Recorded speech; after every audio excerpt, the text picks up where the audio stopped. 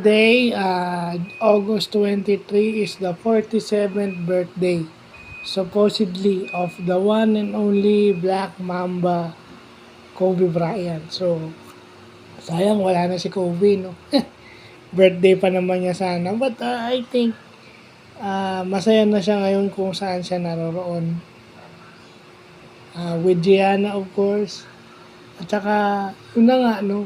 Sana if ever makakita na ng, yung mga lumalabas online, sana kung if ever totoo man yun, hayaan nyo na si Vanessa Bryant.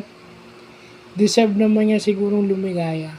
Pero sana i-honor pa rin niya yung legacy ni Kobe at saka ni Gianna. Kung ano yung nasimula ni Kobe. So, to my idol, one of my basketball idols, the Black Mamba, Kobe Bryant, happy birthday in heaven.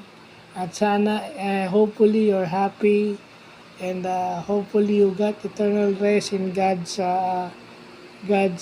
presence. Hopefully you're happy looking at your many fans or millions of fans around the world that are still inspired by your Mamba mentality and work ethic. Again, happy birthday and may you rest in peace.